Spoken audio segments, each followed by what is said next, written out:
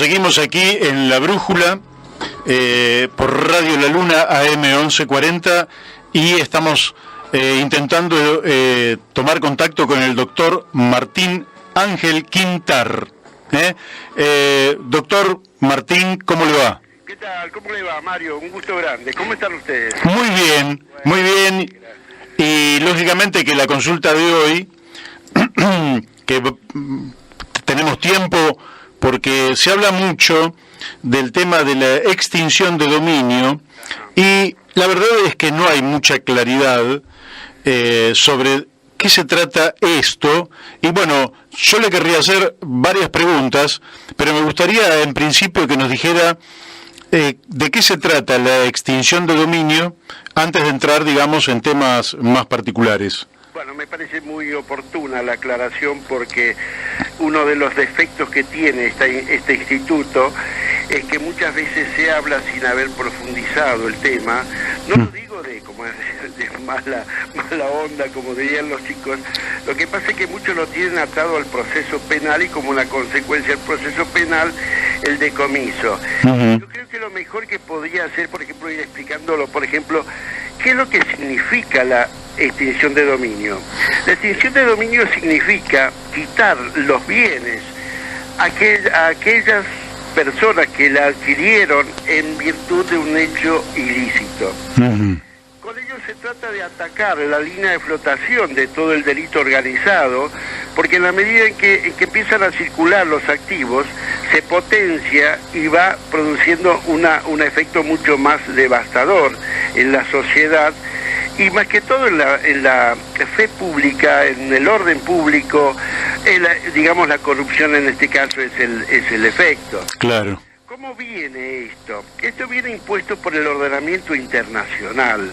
O sea, la ONU, después de todos los grandes problemas que han tenido en México, y lo tienen en Colombia, inclusive han realizado una ley marco en la cual se tendrían que ir reglando todas las disposiciones legales en cada uno de los estados parte.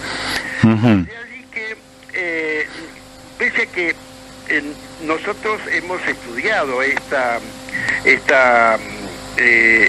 norma, y tiene muy buenos principios, le falta un poquito de afinarlo, porque también esto es del año 2011, en cuanto a la regularización legal, a la reglamentación legal. Bueno, entonces, nosotros lo que hicimos fue que, tomamos como base, le estoy hablando del trabajo que hemos realizado en la Convención Radical, en la Comisión de Justicia, que hemos publicado un libro también. Ajá. Entonces ahí nosotros hemos estudiado lo que ocurrió en Colombia, que es lo más atendible para una buena regulación, y después todo lo que fue el dictamen de diputados, el dictamen del Senado, un proyecto de Pinedo, y también el decreto de necesidad de urgencia último. Todo eso está compilado en un libro. Eso está explicado sucintamente en el libro, pero sí nosotros tenemos más desarrollado, esto es mucho, en un libro no se puede exponer tanto como es el proyecto, los fundamentos y todo eso, pero sí, conceptualmente lo podemos desarrollar mucho mejor. Por ejemplo, le digo esto. Colombia ha tenido en el año, después de Escobar Gaviria y todo el delito organizado en ese país, ellos han incorporado la figura de extinción de dominio en la Constitución, sancionado la ley 333, y no les resultó. ¿Por qué? Porque siempre estaba atada al proceso penal. Los procesos penales en todos lados son engorrosos, y además determinan muchas garantías para los acusados, a los demandados, y entonces es una cosa de no terminar nunca, jamás. En nuestro caso, en nuestro país, es inviable. ¿Por qué? Porque en los casos de corrupción el 2% nomás llegan a las resoluciones después de 20, 25 años, como ha pasado con el caso de Menem, etcétera, etcétera. Claro. Entonces nosotros hemos tomado esa iniciativa. ¿Por qué? Porque después de eso, fracasado ese intento de regularlo en Colombia, llamaron a una junta de notables y realizar otro texto, esto que se aprobó en el año 2003. No tampoco caminó hasta que la Corte del Supremo Tribunal de Colombia determinó que no se podía equiparar la adquisición legal como corresponde, como todos la conocemos, de aquel que trabajó toda su vida y fue ahorrando para comprar su vivienda, con aquella que se produce de alguien que no tiene trabajo y de pronto hace una exhibición de todos sus bienes adquiridos sin justificar el origen. Entonces ahí establecieron una pauta en la que determinamos el origen lícito o el ilícito de la adquisición. Claro. Nosotros, con el tema de diputados, es muy pobre en cuanto a lo que es la esquematización de una ley, en donde tiene que haber una sistematización. No puede haber errores de confundir conceptos jurídicos en una norma legal, porque eso empieza todo lo que pudiera llegar a tener de buena intención una ley. No se puede equivocar el concepto competencia con legitimación. Claro, qué bárbaro. Es mucho más complicada, pero le voy a decir esto. Nosotros definimos en el proyecto el objeto. ¿Qué es el objeto de la ley? Es quitarle el dominio de aquellas personas que han adquirido en forma ilegal. Perfecto. ¿Cuál es el objetivo de la ley? Que eso también hay que marcarlo. El objetivo de la ley está expresado en la ley. Decimos que es tratar de frenar la circulación de los activos ilícitos y además generar en la sociedad una sensación de rechazo hacia ese tipo de actividad, también con la certeza de que si algo se adquiere ilegalmente conduce a una extinción. Nosotros también decimos, esta ley ampara a la adquisición legal, como lo viene haciendo el sistema legal del artículo 17 de la Constitución. El artículo 17 de la Constitución dice que la ley, digamos que la propiedad es inviolable, y además el artículo 14 de la Constitución dice que todos los derechos se gozan y disfrutan de acuerdo a las leyes que reglamentan su ejercicio. Nosotros consideramos que la ley de extinción de dominio es una de las formas de regulación de un derecho común como es el de la propiedad, digamos, el derecho común de cómo se adquiere, digamos. Entonces no hay ninguna norma que entorpezca el tema del derecho constitucional de propiedad. Simplemente estamos diciendo esto sí y aquello no. Nosotros en un artículo decimos que la adquisición legal tiene protección y la adquisición ilegal no. Nosotros, hay un autor que se llama Manuel Atienza, dice, lo que pasa es que nosotros siempre hemos legislado para la gente buena. Supongamos de que todas las cosas se hacen de buena fe y bueno, si hay algún error del camino, algún vicio, se revé la situación. Pero también no hemos llegado a cerrar el tema en lo que es el hombre malo, digamos, aquel que hace las cosas fuera de la ley y encima se ampara en la benignidad de las leyes.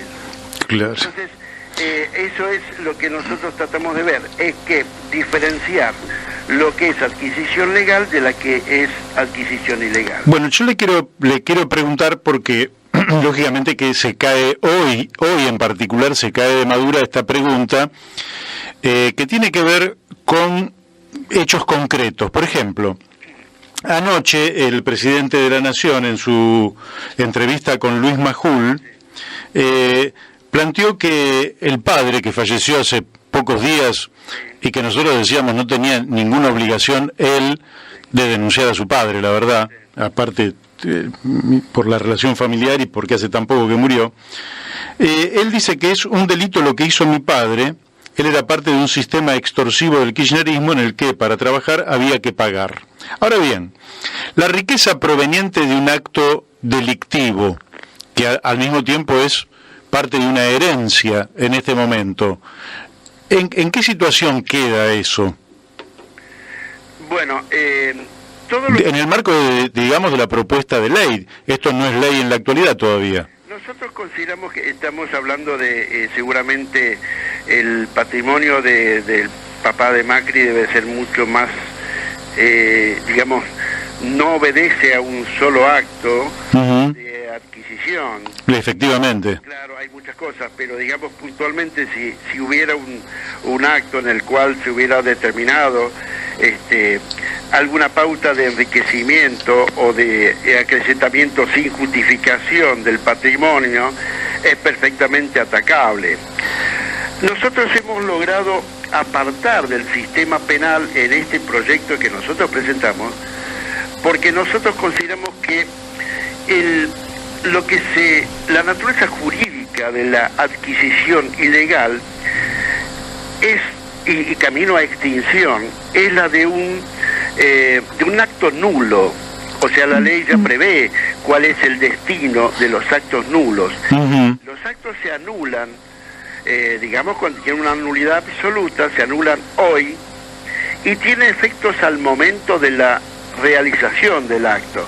O sea que no hablamos de retroactividad de la ley, que es una de las cosas que pretenden imponer a aquellos que están interesados en que no camine, gente del peronismo, de los K particularmente, y también en alguna medida, hasta yo creo, y tengo la sospecha que en el PRO tampoco están muy propensos a abrir el panorama en esto, ¿no? Claro. Si puntualmente pudiera llegar a determinarse una situación, es perfectamente atacable. Algunos dicen que no sé si de buena o de mala fe, y por eso la consulta a alguien que es un especialista en la materia, que con el Código Civil alcanzaría para esta extinción de dominio. Eso lo he planteado como primera medida yo, ¿por qué? Porque nosotros, fíjense ustedes, leyendo así entre las varias cosas, los peruanos tienen una norma que dice que el Ministerio Público en defensa de la legalidad puede pedir la anulación de este tipo de actos, ¿no es cierto? Nosotros también en el nuevo código lo tenemos a eso, y es más, siempre lo hemos tenido. ¿Por qué? Porque, digamos, está concebido en el viejo 953 del código anterior, en el abuso de derecho, en el enriquecimiento ilícito, etcétera, etcétera. Son instituciones que se regularon pensando en que tenía que primar la buena fe, el orden público, etcétera, etcétera. Lo que pasa es que nunca se ha podido lograr el aspecto más necesario acá, que es la legitimación. Si A tiene un negocio con B y le comete una trampa, digamos, a B, B tiene acción para pedirle a B tiene acción para pedirle a A que le devuelva lo que se llevó injustamente. Claro. En el contexto global donde hay varias cosas, no aparece muy claramente quién es B, el legitimado para decir esto no es tuyo. Nosotros creamos también que también el proyecto del código del diputado lo hace, crea un organismo que se llama Administración de Bienes en Extinción de Dominio. El defecto que tiene el de diputados, el de Senado y todo eso, es que no le otorgan legitimación. No le dicen, anda vos que estás autorizado a pedir lo que no es de él, lo que es de todos, digamos, ¿no es cierto? Y entonces en ese caso nosotros hemos empoderado al organismo para ir a buscar los bienes en condición de extinguirse, digamos, dominialmente, ¿no? Sí, sí. Entonces, de esa manera, nosotros avanzamos en la legitimación, cosa que no avanzan los otros. Lo dejan librado al fiscal. Cuando hablamos del fiscal de la causa penal, y ahí nosotros tenemos un camino sin salida. ¿Por qué? Porque todo vuelve a la causa penal. El decreto de necesidad y urgencia de Macri, uno de los defectos grandes que tiene, sí, le vamos a ir a quitar por la acción civil, etcétera, etcétera, todos aquellos bienes que sean resultado de los siguientes delitos. Ahí estamos empantanados. ¿Por qué? Porque claro, uno le puede imputar un delito sin demostrarlo. Demostrar la existencia del delito, después la imputabilidad que tiene esa persona en ese tipo de delitos. O sea que estamos peor que antes. claro. Entonces lo que nosotros proponemos son dos vías. Son todas dos vías. Acá, todo dentro del proceso civil. No modificamos ninguna ley, ningún código ni nada. Nosotros decimos, para demostrar la ilicitud del acto, vamos a hacer funcionar dos instituciones procesales, que son la acción declarativa de certeza, que es la del artículo 322 del Código Procesal Civil y Comercial, y las diligencias preliminares. Esto nos sirven, son acciones declarativas para decir si hay o no ilicitud. Uh-huh. Comprobar la ilicitud del acto, que ahí necesitamos el enganche, digamos, como para demandar lo otro, la nulidad, ahí procede la acción de nulidad. Son procedimientos establecidos en el Código Procesal Civil y Comercial, que son las normas del proceso sumarísimo, que son las que sigue el amparo.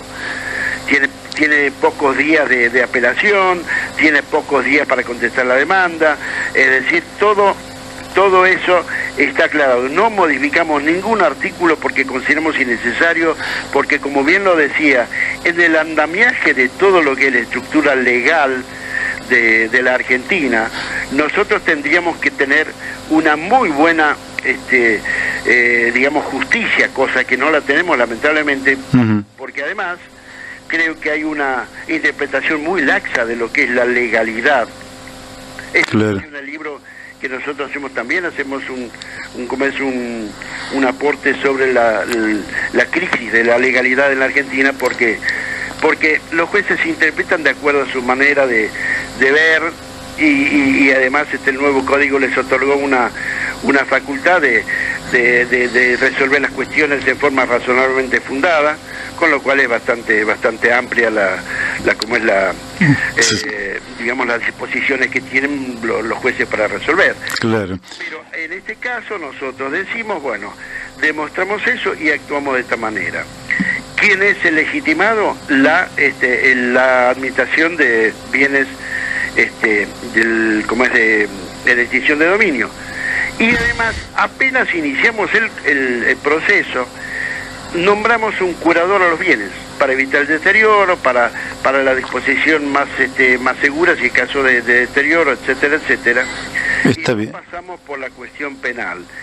Si hay motivo para una causa penal, se dirigirá a todos los antecedentes para que se promueva. Si existe ya una causa penal, se interviene directamente en la causa penal y decimos, vamos a ver qué pasa con los bienes.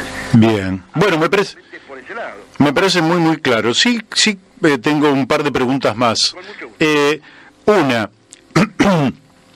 en general, ¿cómo funcionaría un blanqueo? Los blanqueos son siempre, la palabra casi nos induce a pensarlo, de dinero en negro, cuyos orígenes no conocemos. Por eso creo que los estados no deberían llevar a situaciones de esta naturaleza, y los blanqueos no me parece que sean adecuados. Pero hecho el blanqueo, ¿qué ocurre con esos bienes? ¿Ya quedan inmunes a cualquier situación de extinción de dominio?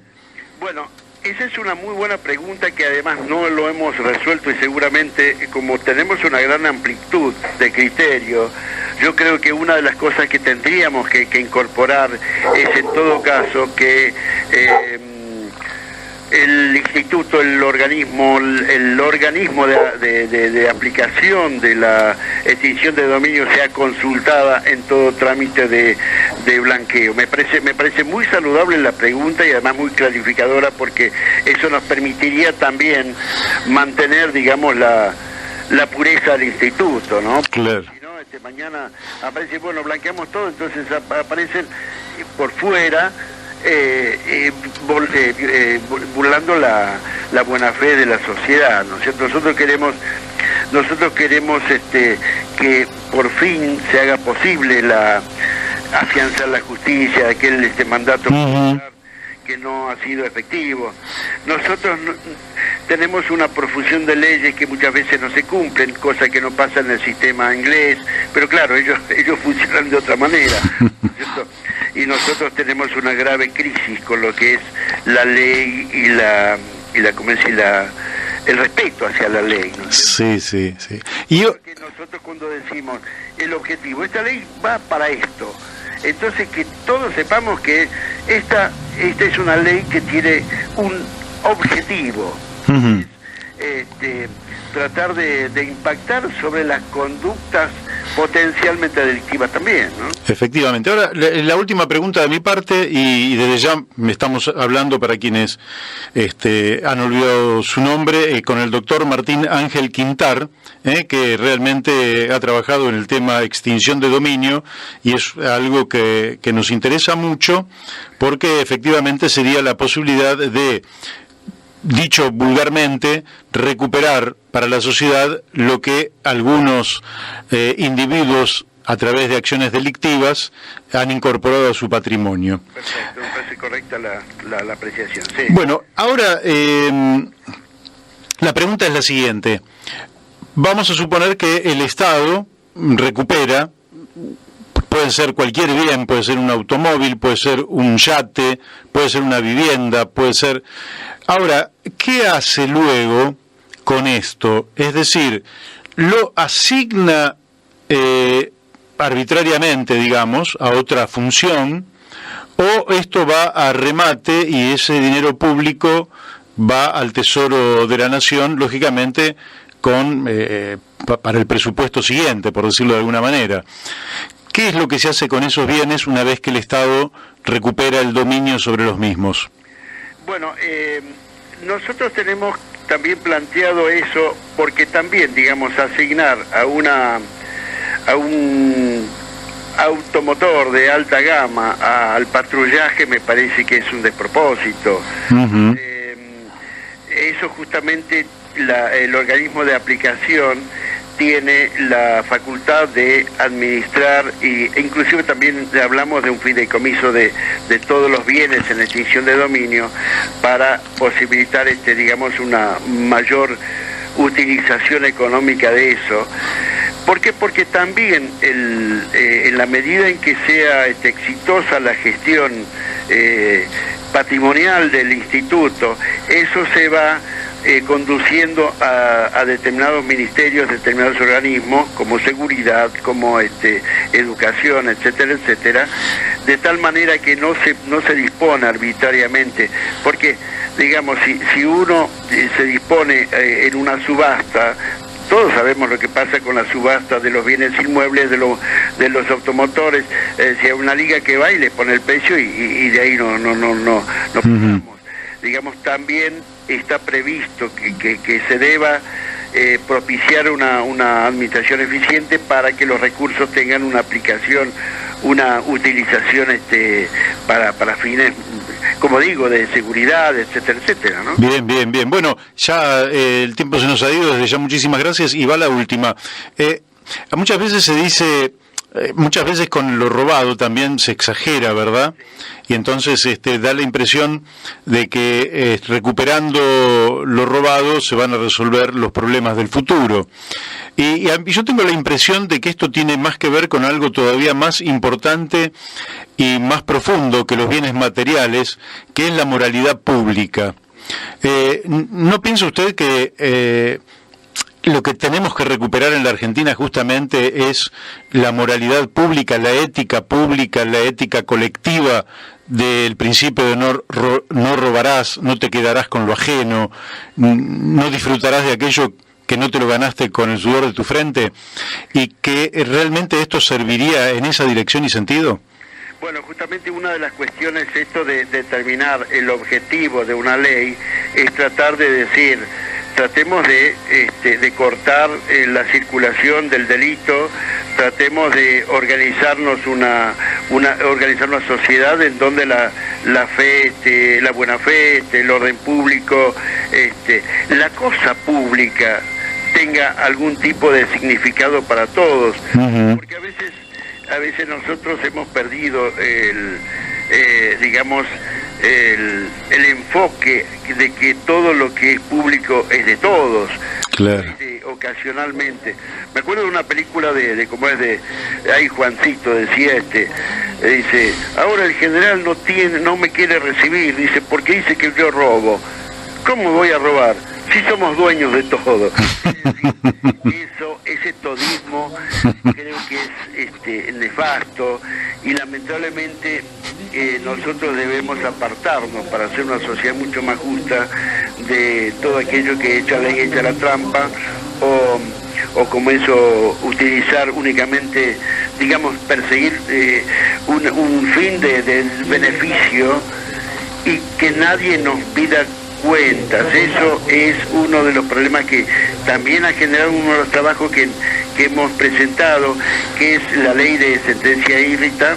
Una manera de controlar a los jueces que están absolutamente desbocados, que están absolutamente privilegiados en todo sentido, no pagan impuestos, trabajan de 7:30 a 1:30 de la tarde y nadie les puede decir nada, hacen y dicen lo que quieren. Hicieron la ley, el código es producto de ellos, el código civil es producto de ellos, escriben los libros, interpretan la jurisprudencia, dicen cómo van a resolver, así que son los dueños y señores de la legalidad en la Argentina, y ese es uno de los temas que también tenemos que ver. Hay varias cosas para ordenar una sociedad desde lo ético, desde lo moral, ¿no es cierto? Porque estamos desbordados. Bueno, Martín, no será la última vez que nos pongamos en contacto, y desde ya muchísimas gracias. Muy amable. Hasta siempre. Buenas tardes, hasta luego. Hasta luego. Bueno, hemos hablado con el doctor Martín Ángel Quintar sobre extinción de dominio, un principio muy importante, no solo para recuperar lo robado, sino también para generar una sociedad moralmente más elevada que nos permita vivir mejor a todos los argentinos.